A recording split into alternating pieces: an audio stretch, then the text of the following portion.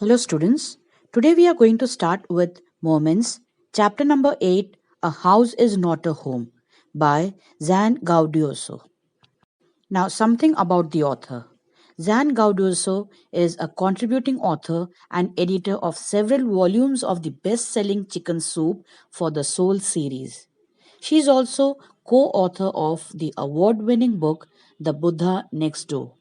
A House is Not a Home by the popular author Zan focuses on the need and significance of love, affection, and care that is necessary to turn a house into a home.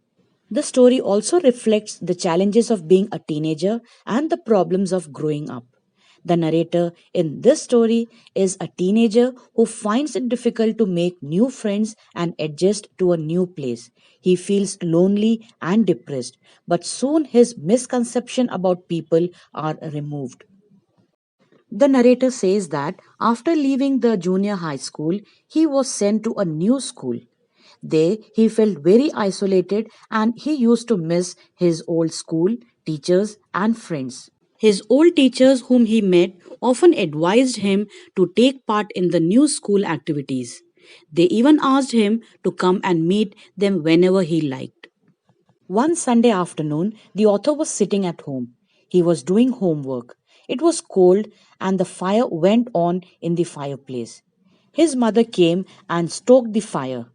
His cat was sitting nearby. Suddenly, he noticed some smoke from the ceiling. The smoke increased. His mother and he ran out in the front yard. Their house was on fire. The fire spread in no time. The narrator's mother ran into the house to save some important documents. In order to get some pictures and letters of her husband, she dared to go in again in the house. The whole roof was engulfed in flames and it was spreading quickly. The firefighter came to extinguish the fire. The narrator ran after his mother, but the fireman caught him and told him not to worry. Soon another fireman brought the mother and put her in the truck with an oxygen mask over her mouth. She was otherwise all right. Fire was put out after 5 hours. The house was completely destroyed. Everything got burned down. The cat was found nowhere. Thinking that it must have died, he began to cry.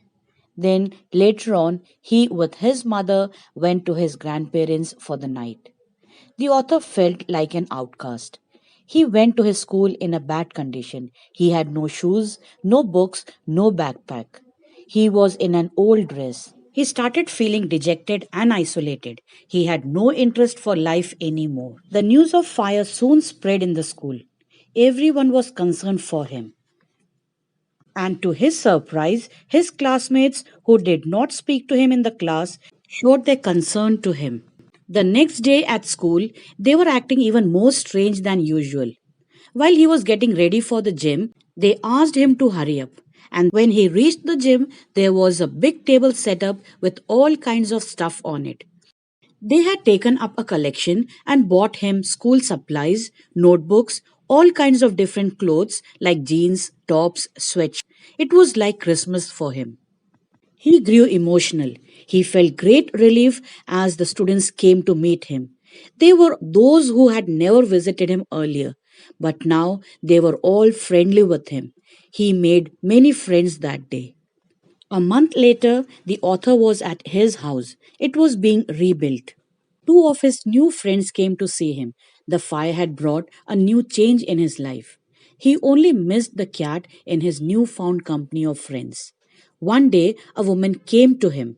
She had a cat with her. She asked the author if the cat was his. He leapt up and grabbed her out of the woman's arms.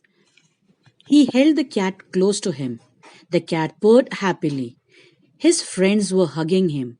The cat actually ran away a mile when the fire engulfed the house.